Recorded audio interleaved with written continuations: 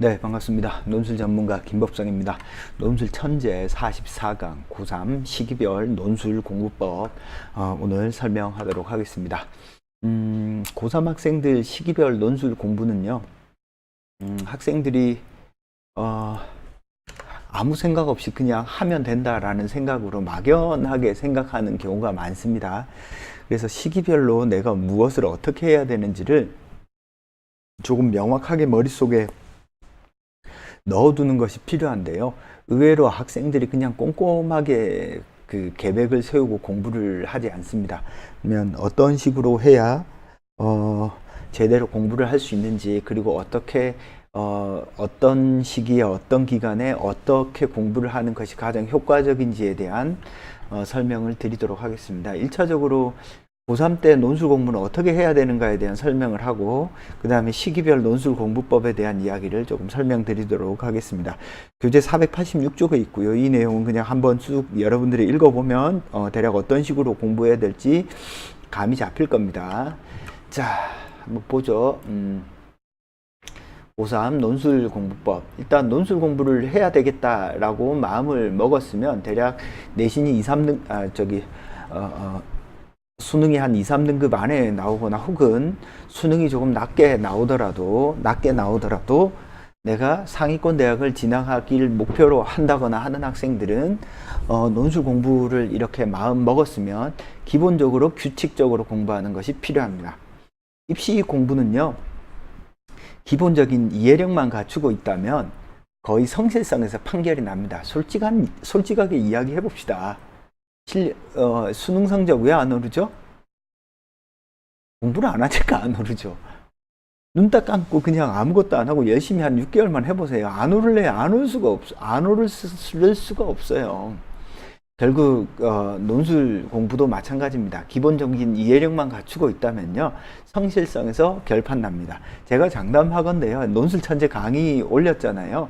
이거 처음부터 끝까지 듣는 학생들 의외로 별로 없을걸요? 그죠? 왜냐하면 이게 한 2, 30분이지만 40강이면 그게 시간이 몇 시간이에요. 그죠? 그러니까 기본적인 이해력만 갖추면 성실성에서 결판 납니다.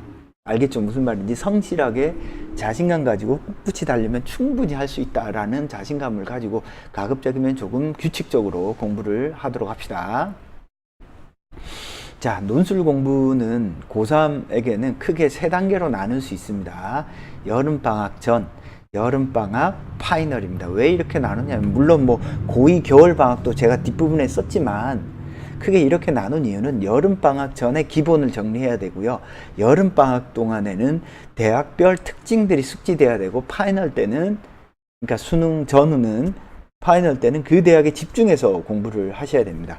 그래서 기본적인 어떤 개념을 확립한다거나 하는 것들이 정확히 이루어져야 된다라는 뜻이죠. 그래서 크게 이제 기본적인 개념을 확립하는 시간은 2학년 겨울방학, 3학년 1학기를 통해서 기본적인 개념을 확립할 수 있죠.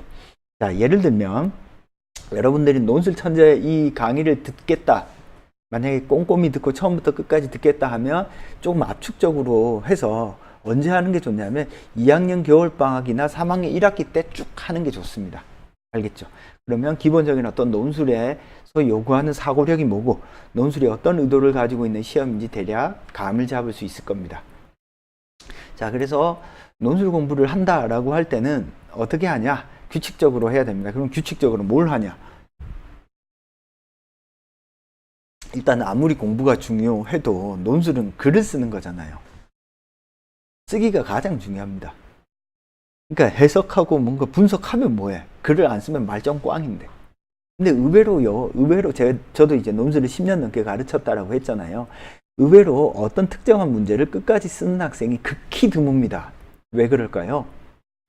1번 열심히 쓰고 2번 쓰려면 종쳐. 끝나. 그러면 집에 가서 쓰느냐? 아유, 내가 4시간 동안 이렇게 공부를 하고 나면 피곤하잖아요. 집에서 못해요. 집에서 하는 학생들, 꼼꼼히 그래서 끝까지 완성한 학생들 중에 논술 전형에 떨어져서 오는 학생들을 거의 못 봤습니다. 알겠죠? 무슨 말인지. 그래서 쓰기가 가장 중요하다. 왜 그럴까요? 쓸 때마다 실력이 늡니다. 여러분들이 어떤 문제를, 대학에서 기출한 문제를 예를 들어 1, 2, 3, 4번이다. 그럼 1, 2, 3, 4번을 처음부터 끝까지 쓸 때마다 넣습니다. 알겠죠? 무슨 말인지. 그러니까 분석을 하고 뭔가 내용을 숙지하고 뭐 이런 것이 중요한데 결국에는 그게 최종적으로 뭐로 나타나요? 쓰기로 나타난단 말이에요. 그러니까 여러분들이 자꾸 쓰면서 점검하는 게 필요합니다. 그 다음에 해석. 썼으면 나는 어떤 사고의 과정을 거쳐서 이러한 답을 냈는데 해설을 하는 강사는 어떤 방식으로 문제에 접근하고 어떤 방식으로 문제를 해결하는지를 잘 보셔야 돼요. 아, 답이 뭐구나가 아니야. 그래서 학생들한테 제일 안타까운 게 뭐냐면 강의를 하고 나면 답부터 봐요. 맞췄나 틀렸나. 답이 나오는 과정, 어떤 사고의 과정을 거쳐서 이러한 답을 만들어냈는지를 보세요. 자, 논술에서 측정하는 평가는 뭐라고 했죠? 답이 아니라 답이 나오는 과정이 여러분들의 글에 있는지 없는지를 평가한다고 했잖아요. 그래서 여러분 스스로 답을 만드는 과정이 반드시 원고지에 들어 있어야 됩니다. 따라서 해설을 볼 때도 아, 이렇게 쓰면 되는구나를 보면 안 돼. 어떻게 해서 이런 결론에 도달했는지 해설을 하는 강사의 강의를 꼼꼼히 추적하면서 아, 이런 사고 과정을 거쳐서 이런 결론에 도달했구나 라는 형태로 해설을 들어야지 그냥 무조건 받아들인다, 수용한다라는 방식으로 논술에 있어서 해설 강의를 들으면 큰 도움이 되지 않는다. 자, 첨사. 실제로 이건 알았어. 근데 그래서는 어떻게 고쳐야 될지 학생들이 잘 몰라요. 그래서 첨삭을 통해서는 반드시 첨삭 전후에 어떤 방향성이 조금 앞으로 어떻게 써야 되겠구나. 그리고 반드시 고쳐야 될 부분이 어떻게 고쳐져야 되는지에 대해서 조금 정확한 안내를 받으셔야 됩니다. 자, 그 다음에 학생의 사고 흐름을 조금 존중하는 첨삭이 필요하죠. 첨삭 중에서 좀 안 좋은 부분이 이거 잘못했어, 이거 잘못했어, 잘못을 나열하면 안 좋고 적어도 이 부분을 끝까지 살려서 밀어붙였다면 좋은 글이 나올 거야. 이런 게 조금 필요합니다. 물론 어떤 학생의 글은 진짜 다 뜯어 고쳐야 되는 경우도 있긴 있어요. 근데 그런 경우는 제외하더라도 어떤 특정한 중요한 부분, 잘한 부분은 가급적이면 글을 쓰는 과정에서 어떻게 살렸으면 더 좋은 글이 되었을 것 같다라는 조언을 듣는 게 좋아요. 왜냐하면 다른 사람의 생각이나 사고를 내 것으로 만들긴 어렵지만 내가 가지고 있는 어떤 생각을 이렇게 조금만 바꿨으면 괜찮겠다. 이건 금방 바꿀 수 있거든요. 그래서 학생의 어떤 생각의 흐름이나 사고의 흐름을 좀 잘 캐치해서 그걸 극대화하는 방향으로 채점하거나 어떤 첨삭하는 게 좋습니다. 자, 그 다음에 대학의 채점 기준이 무엇인지 정확히 이해해야 된다. 의외로 이 4번이 잘 안 되는 선생님들이 많아요.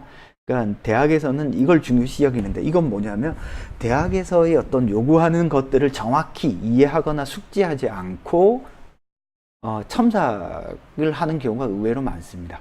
저도 이게 이제 대학별 어떤 채점 기준이나 포인트가 눈에 보이던 건 대략 첨삭하고 나서 강의를 하고 나서 대략 한 5, 6년 정도 지나야 이게 보여요. 근데 이게 그 정도 안 지나면 이게 잘 안 보입니다. 자, 그걸 통해서 여러분들이 이제 어떻게 해야 되냐? 고쳐쓰기를 해야죠. 고쳐쓰기.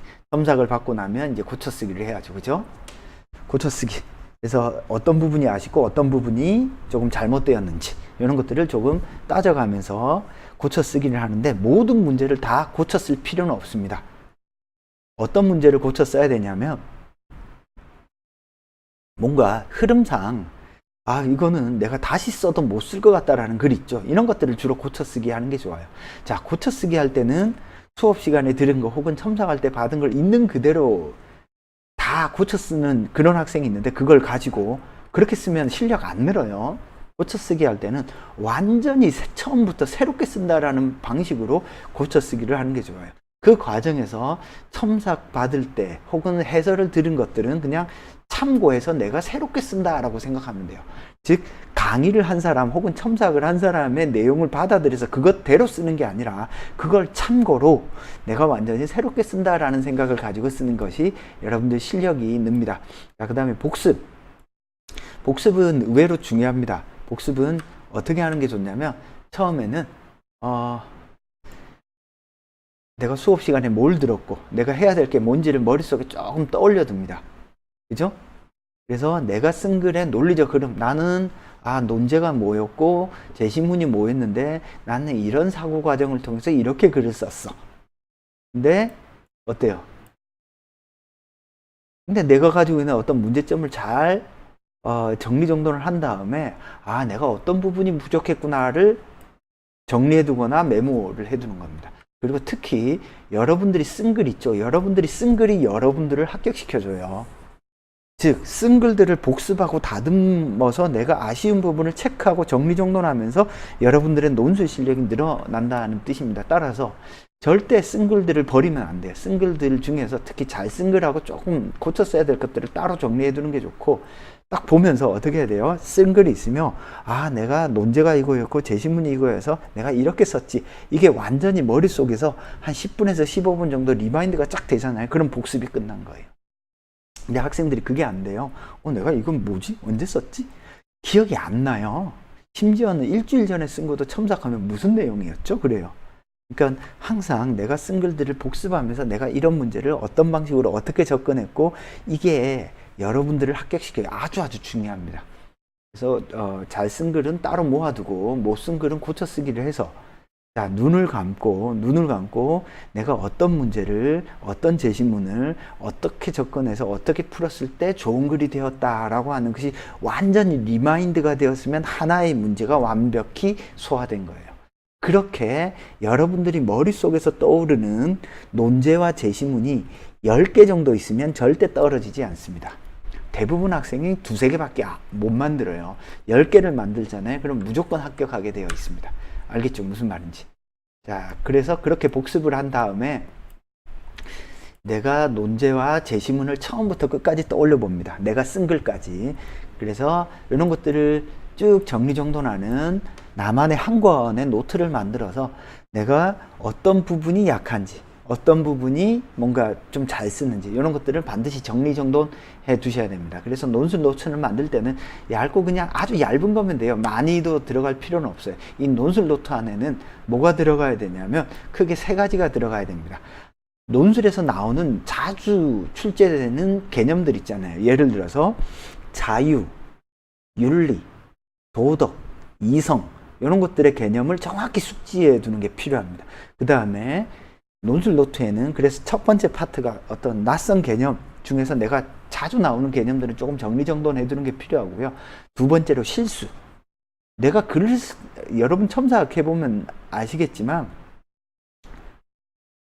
학생들이 저지르는 실수가요 거의 비슷비슷해요. 즉 어떤 A라는 학생이 비슷하잖아요. 이거 실수했으면 다음 거 쓸 때도 똑같이 비슷한 실수를 합니다. 그래서 학생들이 실수하는 어떤 것들이 거의 비슷하기 때문에 그 실수하는 것들을 쭉 모아두면 다음번에 아이고 내가 이걸 안 하겠구나 하는데 그걸 정리정돈을 안 해두면 계속 똑같은 실수를 반복합니다. 알겠죠? 그래서 내가 어떤 부분에 약하고 어떤 부분에서 실수하는지, 논제 분석에서 실수를 하는지, 제시문 분석에서 실수를 하는지, 출제자의 의도를 파악하는 데서, 구성을 하는 데서, 글 쓰는 데서 어디에서 어떻게 실수를 하는지를 반드시 메모해 두고 다음번에 연습할 때 글을 쓸 때 아, 이 실수를 절대 안 해야 되겠다라는 생각으로 글을 쓰는 것이 좋습니다. 자, 대학별 특징은 반드시 정리정돈해 두셔야 됩니다. 자, 뒤로 갈수록 이 대학별 특징들을 정리해 주는 게 좋아요. 자, 연세대 문제의 특징, 경희대 문제의 특징, 성균관대 문제의 특징. 딱 눈만 감아도 아, 성대는 이렇게 나와. 경희대는 이렇게 나와. 중앙대는 이렇게 나와. 연대는 이렇게 나와가 딱 정리정돈이 되어 있어야 돼. 그리고 내가 지원하는 대학의 문제 중에서 하나는 완벽하게 정리정돈이 되어 있어야 됩니다. 즉, 아, 연대 문제, 아, 맞아. 연대 예술적 성취 1번이 이렇게 나왔고 2번이 이렇게 나왔지. 즉, 내가 지원할 대학의 문제 하나는 완벽하게 머릿속에서 숙지가 되어 있어야 돼요. 그러면은 그걸 떠올려가면서 실전 문제를 풀잖아요. 훨씬 더 시간이 단축됩니다. 알겠죠? 그래서 논술 노트를 만드는 게 중요한 것이 아니라 논술 노트는 왜 만드냐? 논술 노트를 통해서 아, 내가 이런 문제는 나올 때 요거 조심해야지. 내가 이런 문제 나올 때 어떻게 접근해야지를 나만의 어떤 방법을 시뮬레이션 하는 거예요. 그래서 나만의 대비법이라고 생각을 하시면 됩니다. 알겠죠? 무슨 말인지. 자, 그래서 여러분들이 논술 공부를 할 때 첫째, 쓰기를 꼬박꼬박 하셔야 되고, 알겠죠? 그죠? 두 번째, 해설 강의를 들을 때 듣는 사람들의 어떤 설명하는 사람의 어떤 사고 과정이 어떻게 되는지를 좀 따져보셔야 되고, 그죠? 그 다음에 첨삭 받을 때 내가 어떤 부분이 약한가, 내가 어떤 문제를 일으키는가, 이런 것들 딱 정리정돈 해 두셔야 되고, 고쳐쓰기 하면서 조금 잘 안 되는 부분 고쳐 써야 되고, 복습을 하면서 내가 아쉬운 부분을 정리정돈을 하셔야 됩니다. 그러면서 논술 노트를 통해서 내가 논술에 있어서 어떤 상황에서 어떻게 대응할지에 대한 나만의 로드맵을 한 권에 딱 정리정돈을 해 두셔야 되고, 특히 대학별 정리정돈은 반드시 필요합니다. 알겠죠? 무슨 말인지. 오케이. 자, 그러면 시기별로는 어떻게 공부해야 되는지 설명을 드릴게요. 2학년 겨울방학. 2학년 겨울방학 때는 논술의 기본을 다지는 겁니다. 학생마다 다른데 2학년 겨울방학 때 기본을 다졌으면 1학기 때 공부 안 해도 되는 학생이 있어요. 근데 사고력이 조금 딸린다, 부족하다 싶은 친구들은 2학년 겨울방학부터 해서 1학기 때까지 꾸준히 공부하는 게 좋고요. 실제 2학년 겨울방학부터 3학년 1학기 중간고사 전까지가 논술을 공부할 수 있는 가장 긴 시간이에요. 이때 기본을 마무리해두면 나중에 여름방학 때 공부를 하셔도 괜찮습니다. 자, 그 다음에 중간고사, 기말고사 기간은 어지간하면 휴강을 하거든요. 대부분 학원들이. 그때는 잠깐 쉬어도 괜찮습니다. 자, 3학년 1학기 마찬가지입니다. 자, 그냥 무턱대고 논술 공부하지 말고 학생부 수능 논술 중에서 투자 대비 가장 효과가 있는 것에 집중을 하는 게 3학년 1학기죠.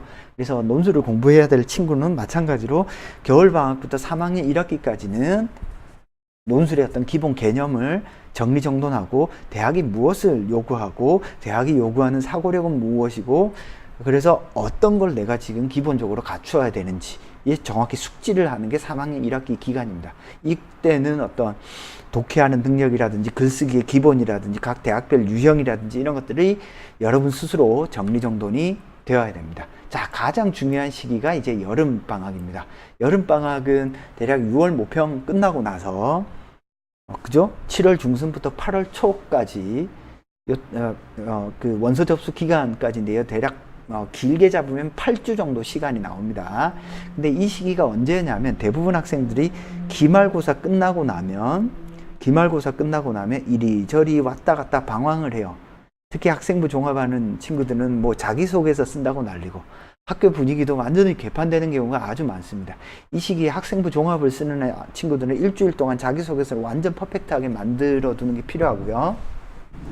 이 시기 동안 또 학생부 종합을 쓰는 아이들은 내가 어떤 식으로 해서 학생부 종합의 부족한 부분을 최대한 완성할 건지, 3학년 1학기에 어떤 최종판을 넣어야 될 거 아니에요. 그리고 비중도 가장 크게 들어가니까. 자, 근데 이 시기를 잘못 보내잖아요. 그럼 어떤 일이 벌어지냐? 학생부 종합 쓰다가 논술도 제대로 안 하다가 수능도 놓치고, 그러다가 내가 부족한 수능 과목인 사탐도 제대로 못하고, 이 시기에 학교 가보면 완전 난리 부르습니다. 자소서 쓴다고 난리고 학생부 뭐 준비한다고 난리고 완전 개판이에요. 이 시기에 리듬을 잃어버리면 여러분들 입시에서 큰 어떤 실수를 저지르는 거다라고 보면 되겠습니다. 그래서 주변의 학생들하고 지금 수시가 확대되면서 학생들마다 수시를 대비하는 방법들이 전부 다 달라요. 그러니까 주변 학생들이 이리 갔다 저리 갔다 하는 거 다 무시하고 내가 스스로 고민해서 내가 판단해서 딱 결정을 했으면 다른 거 아무것도 보지 말고 내가 가야 될 길을 그냥 꿋꿋이 가세요. 그러면 결과가 좋습니다. 그렇지 않으면 나중에 가면 허무해져요. 그래서 대부분 학생들이 재수할 때 가장 큰 차이점이 뭐냐면 이 시기의 차이. 재수생들은 이 시기를 잘 보내요. 왜? 재학생들은 한번 경험을 해봤잖아. 이 시기에 잘못 보내서 내가 실수한 것을. 그래서 이 시기에 공부 잘하는 애들도 잘못 보내가지고 수능 망치고 뭐 이런 애들 되게 많습니다. 알겠죠? 무슨 말인지. 그래서 계획을 정확히 잘 잡으셔야 돼요. 내가 수능을 팔지, 학생부를 팔지, 논술을 팔지. 자, 이 시기에 논술 파는 친구들은 뭘 해야 되냐? 지원대학을 딱 정확히 잡아서 지원대학을 중심으로 글을 쓰는 게 좋습니다. 그래서 지원대학의 문제를 처음부터 끝까지 꼼꼼하게 풀어보면서 하나하나 A대학, B대학, C대학을 클리어해 나간다라는 생각으로 공부를 하는 게 좋아요. 자, 연세대를 한다 그러면 연세대 하루는 연대 풀었다가 하루는 성대 풀었다가 하루는 뭐 숙명여대 풀었다가 이렇게 푸는 게 아니라 연세대를 한 두세 번 정도를 풀어보면서 와, 연세대 난 마무리했어, 이런 느낌으로 공부를 하는 게 좋습니다. 알겠죠? 성균관대 내 마무리했어, 숙명여대 내 마무리했어, 이런 마인드로 하나하나 대학에 그 완벽하게 숙지하고, 그래서 논술 노트에 내가 연대는 어떻게 접근하고 어떻게 풀어야 될까가 완벽히 정리가 되었다. 그러면 어떻게 된다고요? 학교 갈 수 있다. 알겠죠? 무슨 말인지. 그래서 여름방학 때는 가급적이면 대학별로 특화시켜서 공부를 하는 게 좋습니다. 자, 특히 수능 전 이제 논술 시험을 보는 대학들 있죠. 뭐 동국대라든지 홍익대라든지 이런 대학들은 수능 전에 논술을 봅니다. 수능 전이기 때문에 어떻게 하는 게 좋냐면, 일단 차근차근 주말마다 이렇게 공부를 꾸준히 하다가 그 대학에 특화시켜서 공부가 필요한 학생들이 있잖아요. 그 대학에 특화시켜서. 그래서 그런 친구들은 파이널을 한 2, 3회 듣는 것도 괜찮고요. 아니면 주말 수업을 딱 파이널로 들어도 괜찮고요. 알겠죠? 무슨 말인지. 그래서 대학별 특징과 어떤 대비법에 대해서 충분히 정리정돈을 해두고 시험을 보러 가셔야 됩니다. 그냥 아무 생각 없이 보러 가면은 안 돼요. 그래서 최소 내가 어떤 대학, 예를 들어서 수능 전 동국대 문제를 풀겠다. 그러면 동국대 문제 3개 정도는 완벽하게 풀어두고, 동국대 문제 3개를 머릿속에서 처음부터 끝까지 완벽히 정리해서 머릿속에 떠올라야 돼요. 즉, 앞에도 이야기한 것처럼 복습 노트를 만들 때 눈을 딱 감고, 2016년도 동국대 기출문제가 1번 문제가 뭐 나왔고 2번이 뭐 나왔고 3번이 뭐 나왔고 했는데 제시문이 이거 나와서 내가 이렇게 쓰고 저렇게 쓰고, 즉 기출문제 한 세트를 처음부터 끝까지 내 머릿속에서 완벽히 정리정돈되는 게 몇 개 있어야 된다? 대학별로 3개가 있어야 돼요. 알겠죠? 동국대 3개, 뭐 경희대 3개 이렇게 딱 해놓으면 어지간하면 여러분 3,000포로 빠지는 글을 쓰지 않습니다. 알겠죠? 무슨 말인지. 이렇게 정리정돈이 되어 있지 않으면 어떻게 된다? 뒤죽박죽이 돼서 제대로 된 글을 쓰지 못한다. 자, 수능은 어차피 수능 끝났으니까 파이널 수업부터 파이널 중심으로 이렇게 공부를 하면 되고, 그 대학에 특화시켜서 준비를 하면 되고요. 수능 후 딱 끝나고 나면 뭘 하면 되냐? 하루는 수능 당일날은 좀 푹 쉬고요. 다음 날부터 내가 수능 전에 공부했던, 이때까지 해왔던 논술 노트 있잖아요. 복습한 노트. 이거를 꼼꼼히 보면서 내가 지원할 대학의 문제를 빨리 한번 복습을 해보세요. 내가 전에 예를 들어서 수능 후에 논술을 보는 성대라든지 뭐 연대라든지 이런 대학의 문제들을 한번 빨리 서치를 해보면서 이렇게 해서 이렇게 접근해서 이렇게 풀었어. 그래서 그렇게 빨리 정리정돈하는 게 필요하고, 시간이 너무 촉박하다 싶으면 내가 썼던 글을 한번 필사를 해보는 것도 좋습니다. 그렇게 함으로써 논술을 썼던 감을 잃지 않는 게 좋죠. 그래서 수능 후에는 최대한 빨리 논술했던 감을 되살리는 게 좋습니다. 왜냐하면 이게 보통 수능 시험 직전에 한 달 정도 학생들이 빡세게 수능 공부를 하다 보니까 논술을 아예 내팽개 쳐버려요. 그러다 보니까 수능 공부의 스타일과 논술 공부의 스타일은 리듬이 다르거든요. 수능 공부가 탁탁탁 끊어지는 어떤 공부라면 논술 공부를 하나를 탁 잡고 길게 늘어지는 거예요. 그래서 아이들이 수능 이후에 오히려 멍 때리고 제대로 안 되는 친구들이 많아요. 그래서 빨리 감을 잡으려면 내가 쓴 글을 다시 한번 필사해보고 내가 쓴 글을 되돌려 보면서 어떤 감을 잡는 것이 좋습니다. 알겠죠? 그래서 수능 전후에 공부 방법이 조금 달라집니다. 알겠죠? 자, 그래서 결국 공부를 어떻게 하느냐는 전부 다 여러분들이 가지고 있는 어떤 사고력을 드러내는 겁니다. 자, 어떤 방식으로 공부하고 어떤 방식으로 글을 쓰든 여러분들이 사고력을 드러낼 수 있는 글을 쓸 수 있다면 다 좋은 글입니다. 알겠죠? 논술은 답을 평가하는 것이 아니라 답이 나오는 과정을 평가하는 것이고, 이 과정에서 여러분들의 사고력이 적극적으로 드러날 수 있는 그 공부라면 어떤 식의 공부 방법도 다 좋은 방법이다. 알겠죠? 제일 안 좋은 글이 여러분들의 글을 읽었는데 사고력이 드러나지 않아. 그러면 좋은 것이 아니다. 알겠죠? 무슨 말인지. 그래서 여러분들 끝까지 자신감 가지고 내 사고를 드러내는 글쓰기를 꿋꿋이 진행해 나가는 것이 대학이 요구하는 바다 라고 볼 수 있겠습니다. 자, 그러면은 이제 고3 논술 공부 방법에 대한 설명은 이렇게 하고요. 고3 논술 공부할 때 너무 걱정하지 마시고 앞에서도 이야기했듯이 일단 성실하고 꾸준하고 규칙적으로 공부하는 학생을 이길 수 있는 사람은 아무도 없습니다.